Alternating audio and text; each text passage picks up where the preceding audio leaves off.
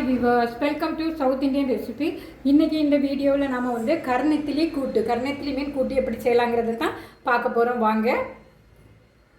இந்த வீடியோவில் வந்து நெத்திலி மீன் கூட்டு எப்படி செய்யலாங்கிறத தான் பார்க்க போகிறோம். இது பார்த்திங்கன்னா கருநெத்திலி, சின்ன நெத்திலி. இது ஏற்கனவே ரொம்ப டேஸ்ட்டாக இருக்கும்.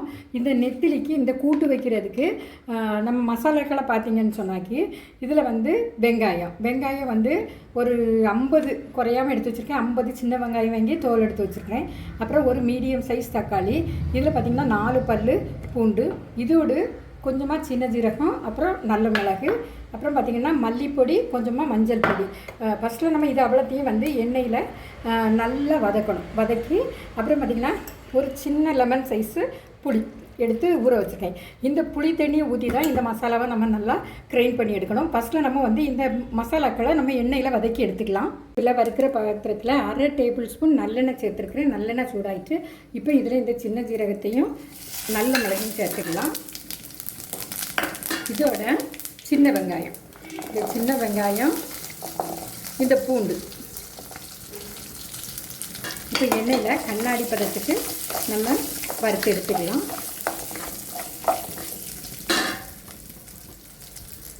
இதில் ஒரு மீடியம் சைஸ் தக்காளி சேர்த்துக்கலாம்.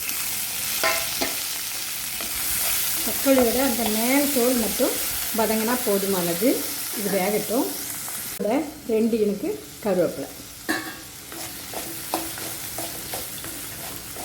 கொஞ்சம் லைட்டாக அந்த தக்காளி வதங்கட்டும்.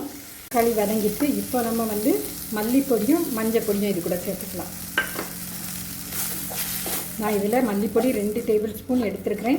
1/2 டீஸ்பூன் மஞ்சள் பொடி எடுத்துருக்கிறேன். இப்போ இதை லைட்டாக சூடு பண்ணால் போதும். இந்த எண்ணெயில் எப்படி லைட்டாக சூடாகட்டும். இப்போ இது சூடு ஆறின பிறகு நம்ம எடுத்து வச்சுருக்கிற புளி கரைசல், அந்த புளி தண்ணியில் இதை அரைச்சி எடுக்கணும். பச்சை தண்ணி சேர்க்குறத விட புளி கரைசலில் சேர்த்து அரைக்கும்போது அது ரொம்ப டேஸ்ட்டாக இருக்கும். ஒரு மாதிரி வெடுத்துக்கிட்டு இருக்காது இந்த குழம்பு வந்து. போதும். இனி ஸ்டவ் ஆஃப் பண்ணி ஆற வச்சு அரைச்சி எடுத்துக்கலாம். பொதுவாகவே நான்வெஜ்ஜு செய்யும்போது மண் சட்டி யூஸ் பண்ணும்போது ரொம்ப டேஸ்ட்டாக இருந்த மாதிரி இருக்கும். அது வேறு வந்து சீக்கிரம் வேகவும் செய்யும். அலுமினிய பாத்திரம் அப்படிப்பட்ட பாத்திரங்களில் வைக்கும்போது அடி பிடிக்கும். இப்போ இது வைக்கிறதுக்காக நான் வந்து மண் பாத்திரத்தில் 1 டேபிள் ஸ்பூன் நல்லெண்ணெய் எடுத்திருக்கேன். பொதுவாகவே மீன் குழம்புகள் முதல் நாள் சாப்பிட்றத விட மறுநாள் சாப்பிடும்போது ரொம்ப டேஸ்ட்டாக இருக்கும். இப்போ பார்த்திங்கன்னா எண்ணெய் சூடாகிட்டு இந்த நேரத்தில் நம்ம வந்து வெந்தயம் போட்டு தாளிக்கும் போது வந்து மீன் குழம்பு ரொம்ப வாசனையாக இருக்கும். இப்போ இதில் சேர்த்துக்கலாம். கடுகும் கொஞ்சம் வெந்தயமும் சேர்த்துருக்குறேன். இப்போ வெந்தயமும் கடுகும் நல்லா பொரியட்டும். வெந்தயமும் கடுகும் நல்லா பொரிஞ்சு வருது. வெந்தயமும் கடுகும் பொரிஞ்ச உடனே அதுக்கு தேவையான கருவேப்பிலை, நான் இன்றைக்கி 2 இனுக்கு கருவேப்பிலை எடுத்துருக்கிறேன். இதை இதில் சேர்த்துக்கலாம். அதோடு பார்த்திங்கன்னா ஒரு 5 பல் பூண்டு 1-2 தட்டி வச்சுருக்கிறேன். இதை இதில் சேர்த்துக்கலாம். இந்த எண்ணெயில் வந்து இந்த பூண்டு வந்து வேகும்போது மீன் குழம்பு பொறுத்தவரையில் நல்ல ஒரு அருமையான வாசனை வரும். அதுக்கு இப்படி செய்யும்போது வந்து இன்னும் தூக்கலாக இருக்கும் வாசனை வந்து. அதுலேயும் இந்த நெத்திலி குழம்பு இப்படியெல்லாம் வைக்கும்போது பூண்டு அதிகமாக சேர்த்துக்கிறது நல்லது. இப்போ இதோட தாளிப்புக்கு தேவையான வெங்காயம். இப்போ இந்த வெங்காயம் நல்ல சிவக்கவே வறுபடட்டும்.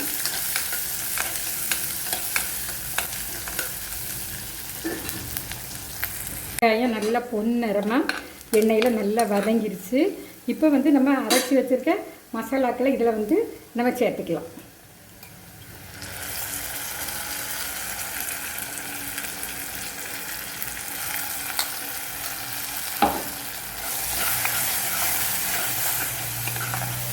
ஒரு 2 நிமிஷம் இந்த எண்ணெயில் இது வேகட்டும். ஏற்கனவே நம்ம எண்ணெயில் வதக்குனது தான், இருந்தாலும் வேகட்டும். இதில் வந்து மீன் வேகிறதுக்கு தேவையான அளவு தண்ணி சேர்த்துக்கலாம். அந்த புளி கரைசலை நான் ஜாரை கழுவி அதில் வச்சுருக்கிறேன். இப்போ இதில் சேர்த்துக்கலாம்.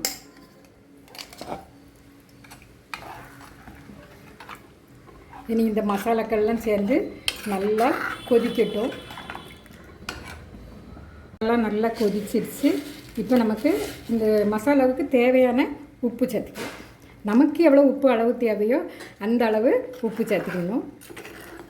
இப்போ வந்து இதில் வந்து நம்ம பச்சை புளி கரைச்சி சேர்த்துருக்கிறதுனால இந்த மசாலா நல்லா வேகணும். கொஞ்சம் வேகும்போது இந்த இந்த இப்படி வருதுல நுரை இதெல்லாம் வந்து அப்படியே அமர்ந்துடும். அப்படி அமர்ந்துட்டால் தான் அந்த புளியோட ஒரிஜினல் அந்த புளிப்பு சரியாக தெரியும். இன்னும் கொஞ்சம் நேரம் அது வந்து இப்படியே காயட்டும்.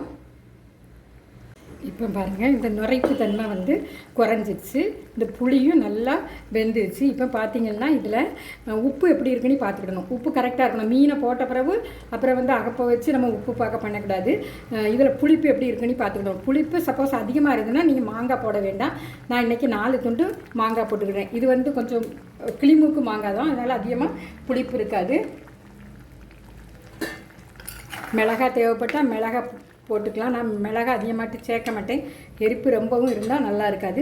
இப்போ பார்த்திங்கன்னா இந்த ஸ்டேஜில் நம்ம வந்து இது கூட மீனை சேர்த்துக்கலாம். நம்ம கழுவி வச்சுருக்கிற இந்த நெத்திலியை இந்த மசாலாவில் சேர்த்துக்கலாம். நெத்திலியை இதில் வந்து சேர்த்தாச்சு. இப்போ தான் சேர்த்துருக்கேன். ஒன்று அகப்பே போடுறேன், அப்புறம் அகப்பே அந்தளவுக்கு போடக்கூடாது, உடஞ்ச மீன். இப்போ இது இப்படியே இருந்து வேகட்டும், மூடி போட்டுக்கலாம். கூட்டை வந்து அகப்பே வச்சு கிளறி விடக்கூடாது. என்ன செய்யணும்னா இப்படி சுற்றி தான் விடணும். இப்போ நமக்கு தண்ணி அதிகமாக இருந்தது போல் தெரியுது, ஆனால் அப்படி இல்லை. இது ஆறி வரும்போது கரெக்டாக இருக்கும். நெத்திலி மீன் கூட்டை வந்து நீங்களும் இந்த மெத்தடில் செய்து பாருங்கள்.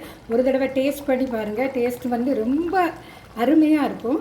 இப்போ பாருங்கள், இது வந்து எப்போ அகைப்பை போட்டு கிளறி விடக்கூடாது. பட் நான் காட்டுறதுக்காக இந்த அகப்பையை யூஸ் பண்ணியிருக்கேன். பாருங்கள், மீன் வெந்துருச்சு. அதே சமயத்தில் கொஞ்சம் தண்ணியாக இருந்த மாதிரி இருக்குது. ஆனால் அது ஆறின உடனே, இந்த குழம்பு ஆறின உடனே தண்ணியெல்லாம் கரெக்டாக இருந்த மாதிரி இருக்கும். இது நான் இப்போ சாப்பிட்றதுக்காக வைக்கல. இது மறுநாள் காலையில் சாப்பிடும்போது தான் ரொம்ப டேஸ்ட்டாக இருக்கும். கஞ்சிக்காய் இருக்கட்டும், தோசைக்காய், இட்லிக்காய் இருக்கட்டும், ரொம்ப டேஸ்ட்டாக இருக்கும். இப்போ இறக்குற டைமில் கொஞ்சமாக தேங்காய் எண்ணெய் சேர்த்துக்கணும். நம்ம அவியலுக்கு சேர்க்கணும், அது மாதிரி கொஞ்சமாக தேங்காய் எண்ணெய் சேர்த்துக்கலாம். இதே போல் நீங்களும் உங்கள் வீடுகளில் செய்து பாருங்கள். லைக் பண்ணுங்கள், ஷேர் பண்ணுங்கள், மறக்காமல் சப்ஸ்கிரைப் பண்ணுங்கள். தேங்க்யூ ஃபார் வாட்சிங் மை வீடியோஸ்.